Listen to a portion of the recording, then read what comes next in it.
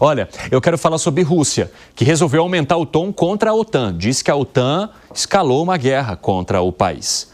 E tudo isso depois de invadir o espaço aéreo da Polônia com drones. Isso tem preocupado bastante as autoridades polonesas e quem vai explicar toda essa celeuma é o nosso Luca Bassani. Bem-vindo, meu amigo. Conta aí. Exatamente, Evandro. Boa tarde a você, boa semana a todos que nos acompanham aqui no 3 em 1. Tudo isso acontece em meio a várias violações do espaço aéreo de países da OTAN. Na semana passada, a Polônia, com 19 drones russos, teve o seu espaço aéreo invadido. Parte deles foi abatido pela Força Aérea do país, conjuntamente com a Força Aérea holandesa. E no último sábado também o espaço aéreo da Romênia, um país que faz fronteira com a Ucrânia, também foi violado pelos drones russos.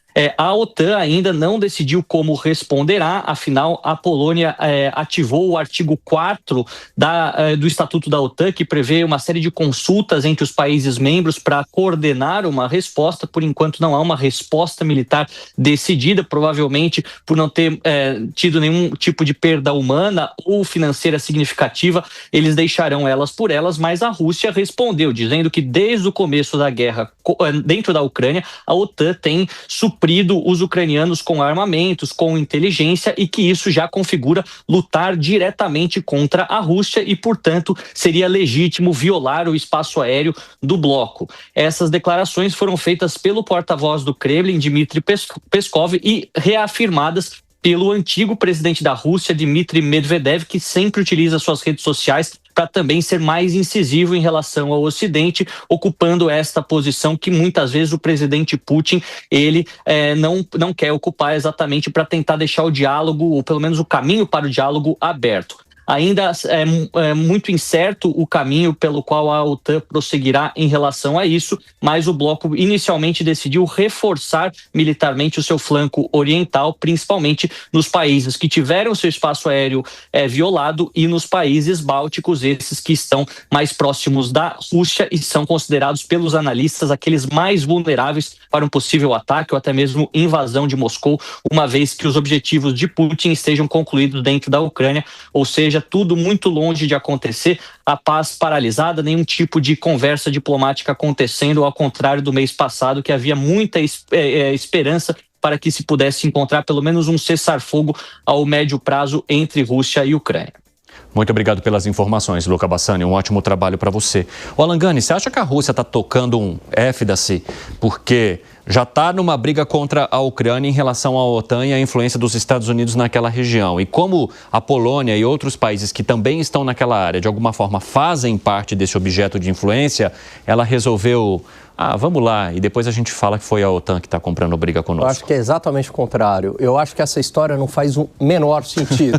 Se a gente voltar ao histórico, porque a Rússia sempre foi muito cautelosa em manter esta guerra dentro da Ucrânia, eu diria até mais, dentro do Donbass, né? Sem escalar, apesar de todo um apoio logístico, financeiro e militar do Ocidente, com mísseis de longo alcance, a Rússia procurou sempre manter a guerra na Ucrânia. Seria um erro estratégico. Além do que, o drone que caiu na Polônia não é um drone com armamento militar. Então, para que uma provocação? Você vai fazer uma provocação, querer colocar a Polônia na guerra? Você colocaria com um arsenal, né, bélico. Mas não, é um decoy drone, né, que é aquele drone que é para confundir, né, que vai com o drone com explosivo e é utilizado para confundir. Não tinha armamento, custa $8 mil um drone desse.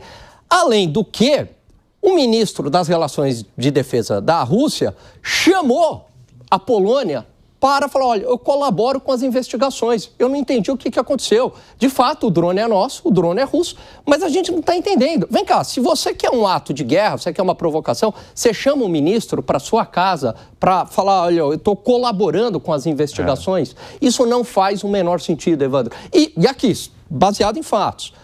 Por último, em 2022 aconteceu o mesmo incidente. No final de 2022, início de 2023, houve uma falha na defesa aérea da Ucrânia, caiu um drone lá na Polônia. Qual foi a narrativa logo de cara, ventilada na imprensa no mundo inteiro? A Rússia está provocando a Polônia. O que era? Polônia. Aí o que foi averiguado? Que foi na verdade, foi uma falha de defesa aérea da Ucrânia. Qual que é uma hipótese? A última reunião entre o Zelensky, líderes europeus, e Donald Trump foi um fracasso. Por quê? Porque o Donald Trump falou basicamente o seguinte: eu aqui estou taxando os parceiros, quem faz comércio com a Rússia, Índia, China, entre outros países, só que vocês querem que só eu taxe, vocês têm que taxar também. E evidentemente que os europeus não querem entrar nessa. Por quê? Porque daí ficam sem energia da Rússia. E aí o Trump saiu furioso, aparentemente, que foi ventilado aí na imprensa internacional, saiu furioso dessa negociação. Então, uma hipótese que se coloca, a gente não sabe se é verdadeira ou não, é que talvez isso foi um false flag da Ucrânia, do Zelensky, para forçar novamente uma entrada americana na guerra e defender o espaço aéreo ucraniano. Meu Deus do céu, que coisa complexa. Fala, seu Fábio Piperno. Não é, obviamente, Evandro, um conflito simples. Exato. Todas as possibilidades, elas têm que ser, né, esmiuçadas, sim. Agora, há um outro fator que, de vez em quando, escapa às análises, né? Que se trata da incrível capacidade de projeção que a Rússia consegue e como a sua diplomacia é refinada e consegue fazer com que o país ganhe uma importância que, de fato, ele não tem.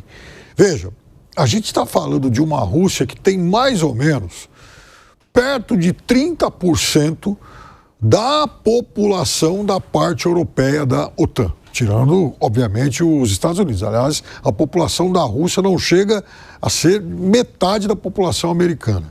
A economia da Rússia, ela dá mais ou menos uns 8% aí, tal, do tamanho da economia dos países da OTAN. Só que a OTAN se pela de medo da Rússia, historicamente é assim, né? Desde os velhos tempos da União Soviética. Então, assim, o Putin bate o pé forte, dá a impressão que ocorre um terremoto no continente todo. E não adianta o Trump falar, eu vou agora resolver esse negócio em uma semana. Não vai. E quando ele chamou lá os líderes europeus para aquela reunião patética, e no dia eu falei que aquilo era só um esforço de comunicação e mais nada, o Macron teve uma hora lá que levantou a mão e falou, pera lá, negociação tripartite, Estados Unidos, Ucrânia e Rússia, não.